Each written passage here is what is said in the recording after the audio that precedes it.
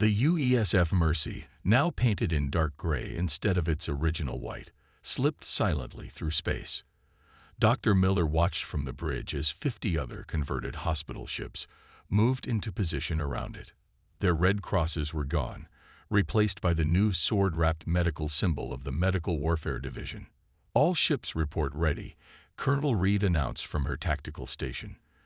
"Delivery systems primed." Miller nodded, checking the latest sensor data. Before them lay the Drax's largest military base, home to over 50,000 warriors. The same base that had launched the attacks on 3 Earth hospital ships. "They're detecting us," Reed reported. "Drax vessels moving to intercept." "Let them come," Admiral Thompson said from the command chair. "They're expecting easy targets." Operation Hippocrates' Wrath. Phase 1. Commence. The modified medical shuttles launched from each ship, their holds carrying not medicine but engineered pathogens. The Drax ships opened fire, destroying several shuttles, but that only spread the invisible payload faster through their defense grid. First wave of pathogens released, David reported from his science station. Dispersal pattern optimal. Their life support systems are doing the rest of the work for us. Miller watched the tactical display as the Drax ships continued their attack. They didn't realize that every weapon blast was spreading the microscopic agents further into their atmosphere processors. "Sir," Reed called out, "they're transmitting a message. Your hospital ships are no match for warriors. Today we end your weakness." "Transmit our response," Thompson ordered. Miller stepped forward to the communications panel. "This is Dr. James Miller to all Drax forces. We're not here to fight you. We're here to cure you." The Drax response was predictable. More weapons fire. But already, sensors showed the pathogens taking effect. Ships began to move erratically as their crews experienced the first symptoms. "Phase 1 complete," Reed reported. "Pathogens have reached all primary targets. Moving to Phase 2. The Earth fleet split into 3 groups, heading for different Drax colonies. Each carried a different engineered pathogen, each causing distinct but treatable symptoms. One caused constant itching, another made it difficult to sleep, and the third induced mild nausea. "First reports coming in from surveillance drones," David announced. "Drax warriors experiencing symptoms across 6 systems. Their medical facilities are overwhelmed, mostly because no one will accept treatment." Miller watched the data scroll across his screen. The Drax's stubborn refusal to accept medical help was working against them exactly as planned. Their mighty warriors were being defeated not by weapons, but by easily treatable conditions. "Sir," Reed's voice was urgent. "Large Drax fleet approaching. At least 100 ships. Hold position," Thompson ordered. "Let them come to us." The Drax fleet emerged from hyperspace, weapons charged. But their attack formation was sloppy. Their crews were already affected by the pathogens. "Attention Drax vessels," Miller broadcast again. "We have the cure for what's affecting your people. All you have to do is accept medical help." The response came in the form of plasma torpedoes, but most missed their targets. The proud Drax warriors could barely maintain their battle stations as the symptoms intensified. "They're retreating," Reed announced after a brief exchange of fire, multiple ships showing signs of crew impairment. Miller watched the mighty Drax fleet scatter, their fearsome warriors undone not by superior firepower, but by their own refusal to accept help. The tactical display showed the spread of the pathogens continuing through Drax space, carried by their own ships as they fled. "Phase 2 complete," Thompson said. "Begin Phase 3. Broadcast the cure formula to every Drax world. Let them know that relief is available the moment they choose to accept it." As the fleet regrouped for its next mission, Miller thought about the irony. The Drax had attacked Earth's hospital ships to prove human medicine made them weak. Now that same medicine was bringing their empire to its knees, not through death, but through healing they refused to accept. 2 weeks after Operation Hippocrates' Wrath began, Dr. Miller stood in the observation room of the Medical Warfare Division, watching live feeds from Drax worlds. The mighty warrior race that had once terrorized the galaxy was falling apart, not from violence, but from their own stubbornness. Latest reports from our spy drones, Colonel Reed said, bringing up new footage. 80% of their military forces are now affected. Their grand fleet is essentially grounded. The screens showed Drax warships docked at various stations, their crews too uncomfortable to maintain proper battle readiness. Warriors who once stood proud now scratched constantly at their skin or hung over waste bins, fighting waves of nausea. Their high command is still refusing our offers of treatment, David reported, reviewing communication logs. But there's growing unrest among the civilian population. Miller watched as another screen showed Drax civilians gathering outside their government buildings. Unlike the warriors, they weren't bound by the same strict code of refusing medical help. They were parents watching their children suffer from easily treatable conditions, workers unable to perform their jobs, ordinary people whose lives had been disrupted not by Earth's weapons, but by their leaders' pride. We're picking up transmissions from their civilian communication networks, Reed said. Listen to this. A translated Drax voice filled the room. Our children can't sleep. Our workers can't work. And our mighty warriors. They scratch themselves like animals with parasites. All because our leaders are too proud to accept the human's cure. When did suffering become more important than our people's well-being? Their society is reaching a breaking point, Admiral Thompson observed, entering the room. But their military leadership is still holding out. They'd rather watch their civilization crumble than admit they were wrong about medicine. Miller brought up another display, showing the formulas for the cures. They were simple treatments, easily produced with Drax technology. Earth had broadcast the instructions to every world, along with proof that they worked. Some brave Drax doctors had even verified the cures in secret, but fear of punishment kept them from speaking out. New development, David called out suddenly. Large civilian gathering outside the Drax High Command fortress on their homeworld. There, they're storming the building. The screen showed thousands of Drax civilians pushing past military guards. Many of the guards, suffering from the engineered pathogens themselves, put up little resistance. The civilians carried signs with a new symbol, a modified version of Earth's Red Cross. They're demanding their leaders accept Earth's medical help. Reed translated the chants. They're saying that true strength lies in helping their people, not watching them suffer. Miller watched as more feeds showed similar uprisings across Drax space. The warrior caste's grip on power was slipping as ordinary citizens rejected their harsh philosophy. Centuries of believing that medicine was weakness were being overturned by 2 weeks of easily curable discomfort. Incoming transmission from the Drax Civilian Council, Thompson announced. They're requesting emergency medical assistance.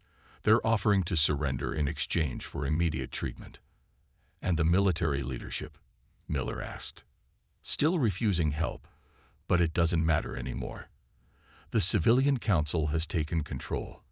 They're ordering all forces to stand down. Miller nodded, already moving toward the door. Prepare the hospital ships. The real ones this time. Alert all medical staff. The moment they formally surrender, we begin the largest medical relief operation in human history. As alarms sounded throughout the facility, calling medical teams to action, Miller felt a deep sense of satisfaction. The Drax had attacked Earth's hospital ships because they saw healing as weakness. Now their entire civilization was being transformed by the realization that the greatest strength often lay in accepting help. The price of pride, he murmured, watching more Drax civilians celebrate the Council's decision, was simply too high to pay. The UESF Comfort drifted silently through space, its massive white hull reflecting distant starlight. Captain Robert Adams stood on the bridge, watching as his hospital ship approached the colony of New Eden. The emergency distress signal had come in just hours ago. A devastating earthquake had struck the colony's main settlement. Status report, Adams called out, his weathered face illuminated by the holographic displays around him. 2,000 colonists in need of immediate medical attention, responded First Officer Lisa Park. The colony's medical facility is damaged. They're setting up landing zones for our medical shuttles now. The captain nodded, running a hand through his short gray hair. At 3 kilometers long, the Comfort was one of Earth's largest hospital ships. Its 20 medical shuttles could transport hundreds of patients at once. Begin launch sequence for medical teams 1 through 10, he ordered. Tell them to prioritize critical cases first. The ship's massive medical bays were already prepared. Doctors and nurses moved efficiently between rows of beds and medical equipment, ready to receive the wounded. The Comfort carried enough supplies and personnel to treat an entire city's worth of casualties. As the first shuttles departed, something caught Officer Park's attention. "Sir, detecting some unusual energy readings at the edge of our sensor range." "Source?" Adams asked, leaning forward in his chair. "Unknown," but Park's words were cut off as 3 massive shapes suddenly appeared from nowhere. The sleek, dark red vessels were instantly recognizable. Drax warships. "Broadcast our medical status," Adams commanded immediately. "All channels, all languages. Make it clear we're a hospital ship." The bridge crew worked quickly. The Comfort's transponder was already broadcasting the international medical codes, and the Red Cross symbol on its hull was illuminated brightly against the darkness of space. "They're receiving our transmission, sir," Park reported. "But they're charging weapons." Adams couldn't believe what he was seeing. "This is UESF Comfort to Drax vessels," he broadcast. "We are an unarmed medical ship responding to a civilian emergency. We have 2,000 patients aboard. Please acknowledge." The response came in the form of bright energy beams that sliced through space toward the Comfort. The first shot struck near the medical shuttles that were returning from the surface, vaporizing 3 of them instantly. "Emergency protocols," Adams shouted. "Get our people back aboard. Prepare to evacuate the medical bays." But the Drax ships were firing again. The Comfort, designed to heal rather than fight, had minimal shields and no weapons. Each hit tore through the hull, exposing sections of the ship to vacuum. Emergency barriers snapped into place, but they wouldn't hold for long. "Sir, we've lost decks 5 through 8, Park reported, her voice steady despite the chaos. "Medical Bay 2 was gone. We had patients in there." Adams watched in horror as more Drax weapons found their mark. The ship's white hull was now scared and burning. In Medical Bay 1, doctors and nurses worked desperately to save who they could, even as the ship died around them. "This is Captain Adams to all hands," he broadcast shipwide. "Abandon ship. Get to the escape pods. May God help us all." The final attack came moments later. The Drax ships fired simultaneously, their weapons converging on the Comfort's central section. The hospital ship, built to save lives, broke apart in a massive explosion that lit up the space around New Eden like a new star. As escape pods scattered in all directions, the Drax ships watched silently. Of the 4,000 people aboard, medical staff, patients, and crew, fewer than 100 would survive to tell Earth what happened. In the darkness between the stars, humanity's age of innocence died with the Comfort.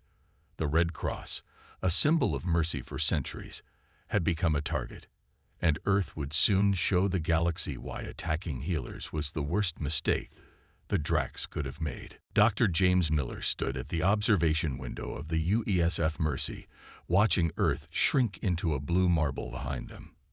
The massive hospital ship hummed quietly as it pushed through space, its white hull gleaming with the distinctive red cross that had symbolized medical aid for over 2 centuries. "Doctor, we have an incoming transmission from the Centauri colony," his assistant Tom said, breaking the silence. "They're requesting emergency assistance, some kind of mining accident." Miller nodded, already moving toward the medical bay. At 50 years old, with gray starting to show in his brown hair, he had spent the last 15 years serving on various hospital ships. The UESF Mercy was the newest and largest in Earth's humanitarian fleet, capable of treating up to 3,000 patients at once. "How many injured?" Miller asked, checking his medical tablet as he walked.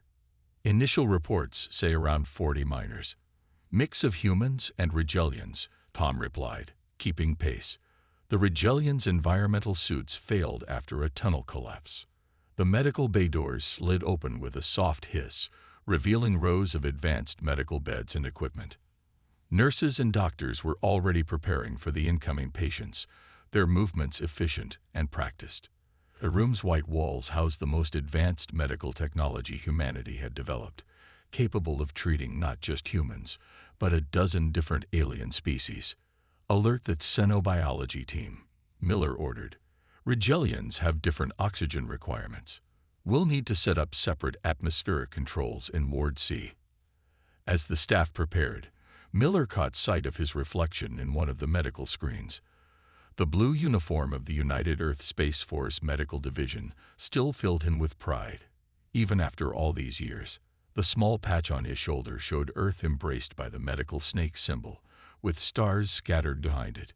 The ship's AI announced their arrival at the Centauri colony. Within minutes, the first patients were being transported aboard. Miller worked quickly, moving from bed to bed. The Rigelians' scaled skin had turned a sickly green from oxygen deprivation, but their vital signs were stabilizing under treatment. "Doctor," one of the human miners called out weakly. "The Rigelians, they pulled us out first, even though their suits were failing. Said humans couldn't survive as long without air as they could."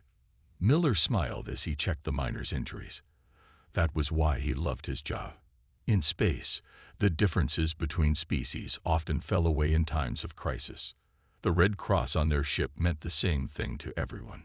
Help was here. A commotion at the medical bay entrance drew his attention.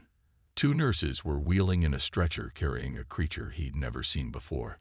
The alien was tall and muscular, with dark red skin and a ridge of short spines running down its head. It wore fragments of what looked like military armor. "Found him drifting in a damaged shuttle near the colony," one nurse explained. "No identification, but he's badly wounded." Miller immediately began examining the new patient. The alien's anatomy was unfamiliar, but he could recognize signs of internal bleeding.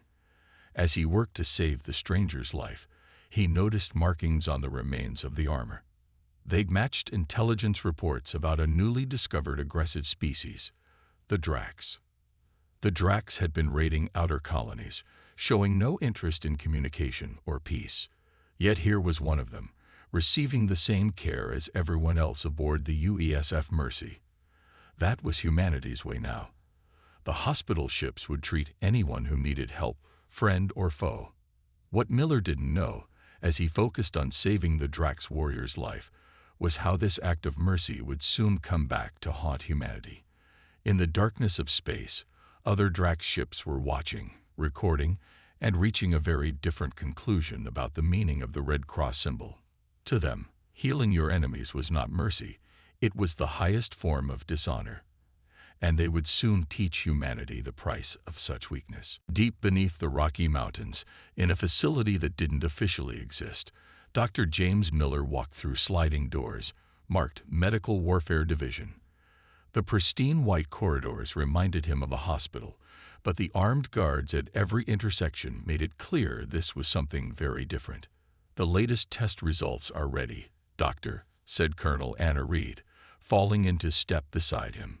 Her combat uniform looked out of place among the medical staff in their white coats, but that was the point of this new division. Combining military precision with medical expertise, they entered a vast laboratory where dozens of scientists worked at advanced biological stations. Holographic displays showed detailed Drax anatomy, genetic sequences, and medical data gathered from the warrior Miller had treated months ago. "Show me," Miller said, approaching the central research station. A young researcher named David brought up a simulation. "We've identified 3 key weaknesses in Drax physiology," he explained. "Their immune system is incredibly strong, but it's also rigid. They haven't evolved to handle rapid adaptations in pathogens." The display showed a microscopic view of Drax cells fighting against an engineered virus. The Dracs' immune system attacked aggressively, but the virus kept changing, wearing down their natural defenses. The best part, Colonel Reed added, is that it's completely treatable. A simple vaccine would stop it instantly. But they won't accept treatment, Miller finished. Their pride won't let them. He watched the simulation continue. The virus wouldn't kill. That wasn't the point. Instead, it would cause increasing discomfort, fatigue, and weakness, all easily curable, if only the Dracs would accept medical help. Operation Hippocrates' Wrath is ready for Phase 1, announced General Wright, entering the lab. The delivery systems are in place. We've modified the medical shuttles from our remaining hospital ships to release the engineered pathogens. Miller nodded, but his face showed his inner conflict. He had taken an oath to do no harm, and now he was helping create weapons. Even if they were designed to be non-lethal, it still felt wrong. Having second thoughts, Colonel Reed asked quietly. "No," Miller replied, watching another simulation. "I'm remembering the patients we lost on those hospital ships, the children we were evacuating, the medical staff who died trying to save others." He straightened his shoulders. Sometimes the best way to help people is to stop those who would prevent healing. The facility's AI announced the arrival of Admiral Thompson. She strode into the lab, her uniform crisp and formal. "Status report," she commanded. "3 different pathogens ready for deployment," Colonel Reed responded. "All non-lethal, all easily treatable. Distribution systems are ready. We can begin within 24 hours. The Dracs have attacked 2 more colonies since yesterday," Thompson said grimly. "They're getting bolder, thinking we're weak because we won't fight back." She looked around the lab. Little do they know. Miller brought up a galaxy map showing Dracs territory. Red dots marked their military bases, shipyards, and major population centers. Soon, those same bases would receive special deliveries from modified medical shuttles, ships they had learned to see as easy targets. "Remember," Miller addressed the lab staff, "everything we're releasing has a cure. We'll make that cure available to every Dracs world. Their suffering will end the moment they accept medical help." "Poetic justice," General Wright said. "They attacked our healers, so we'll heal them to defeat them." As final preparations began, Miller looked at his reflection in a dark screen. He still wore his medical uniform, but now it carried a new symbol, a red cross wrapped in a sword. Tomorrow, the Dracs would learn that attacking Earth's hospital ships wasn't just a war crime. It was also a terrible medical mistake. Dr. James Miller stood before the United Earth Council in Geneva, his hand shaking slightly as he gripped the edges of the podium. The great circular chamber was packed with representatives from every nation on Earth, their faces grim as they watched the holographic display floating in the center of the room. 3 days after the destruction of the UESF Comfort, Miller spoke, his voice steady despite his trembling hands. The Dracs attacked the hospital ships Hope and Sanctuary, while they evacuated civilians from the New Madrid colony. The hologram showed 2 white ships, both clearly marked with a red cross, trying to escape from a group of dark red Dracs vessels. The council members watched in silence as energy beams tore through the medical ships' hulls. 5,000 patients and medical staff were lost, Miller continued. But what happened next proves these weren't random attacks. These were targeted strikes against medical facilities.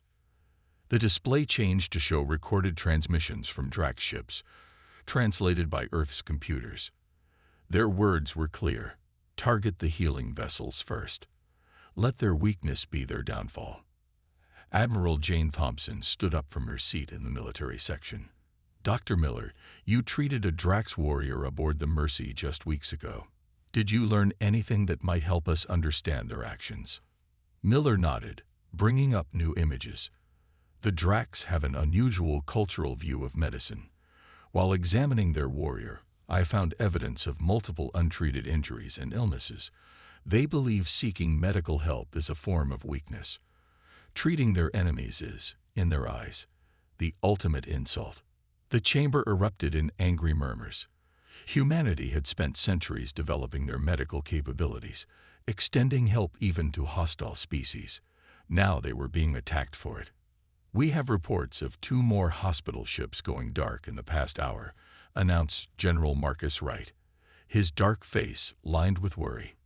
"The Dracs are systematically hunting down our medical vessels across 3 sectors." Council President Maria Garcia stood, raising her hands for silence. "Dr. Miller, you've spent years treating both humans and aliens. What do you recommend we do?" Miller took a deep breath. Behind him, the hologram showed more footage of burning hospital ships, of medical staff trying desperately to save patients, even as their vessels broke apart around them. "For centuries, the Red Cross has meant mercy," he said. "We've used our medical knowledge to heal, to help, to save lives across the galaxy. The Dracs think this makes us weak." He paused, looking around the chamber. "I suggest we show them how wrong they are." "What exactly are you proposing?" President Garcia asked. "The Dracs refuse medical treatment because they think suffering makes them stronger. They attack our hospital ships because they despise the very idea of healing." Miller's voice grew stronger. "I propose we use that against them. Not with bombs or guns, but with our medical knowledge itself."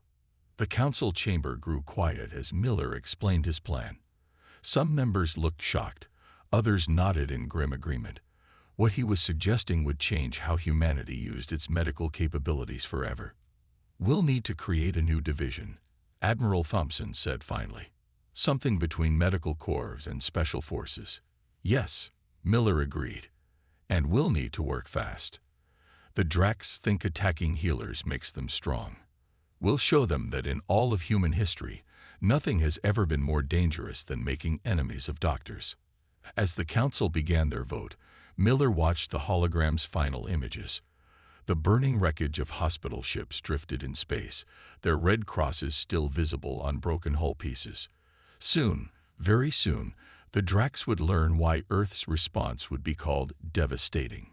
Not for its destruction, but for how precisely it would be targeted. The age of passive medical ships was over. The time had come for medicine to become a weapon. 6 months after the Dracs' surrender, Dr. James Miller walked through the halls of the newly built Central Medical Center on the Dracs' homeworld. The building's design reflected the changing culture of its people, the traditional sharp, aggressive architecture now softened by curved lines and healing gardens. "The latest batch of medical students is ready, Doctor," said Karn, a young Drax who had once been a warrior cadet. Now he wore the white coat of a medical trainee, the Red Cross symbol displayed proudly on his sleeve. Miller smiled, remembering how things had changed. After the surrender, Earth had launched the largest humanitarian mission in history. The UESF Mercy, restored to its original white color and medical role, had led a fleet of hospital ships to Drax space. This time, they came not to wage medical warfare, but to fulfill their true purpose: healing. "How many students in this class?" Miller asked as they walked toward the training hall. 200, Karn replied proudly. "Half are former warriors. They say understanding medicine has made them stronger than combat ever did." The training hall was packed with Dracs of all ages and backgrounds. Where once they would have been practicing combat techniques, now they studied anatomy, pharmacology, and medical ethics. On the walls, the old military banners had been replaced with medical diagrams and the oath of healing that combined Earth's medical principles with Drax honor codes. Colonel Reed, now director of Interspecies Medical Exchange, joined them at the entrance. "The change in their society is remarkable," she said. "Their warrior caste resisted the longest, but seeing their children and families embrace medicine finally broke their resistance." Miller watched as a group of Drax children passed by, wearing miniature medical uniforms. They were part of a new generation that would grow up seeing medicine as strength, not weakness. One of them stopped and gave Miller a small package. "We made this for you," the child said shyly. Inside was a handcrafted medal.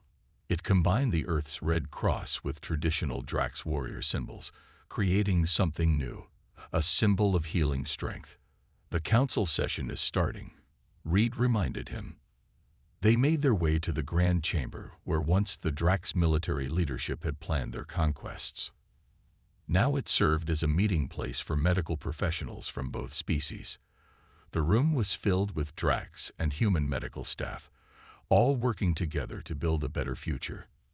Admiral Thompson, attending as Earth's representative, stood at the podium. "6 months ago, we used medical knowledge as a weapon to end a war.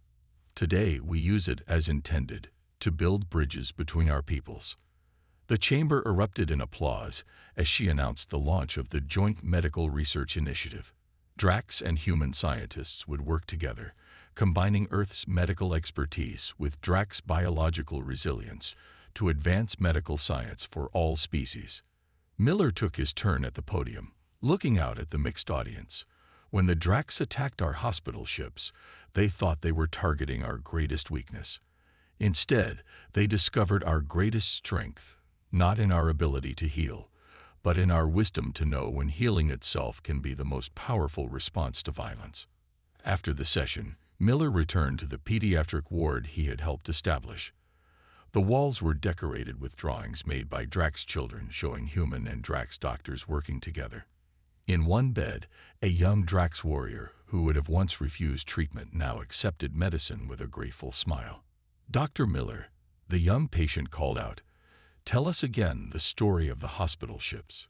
As Miller sat down to share the tale that had changed 2 civilizations, he saw the UESF Mercy through the window, its white hull gleaming in the alien sunlight.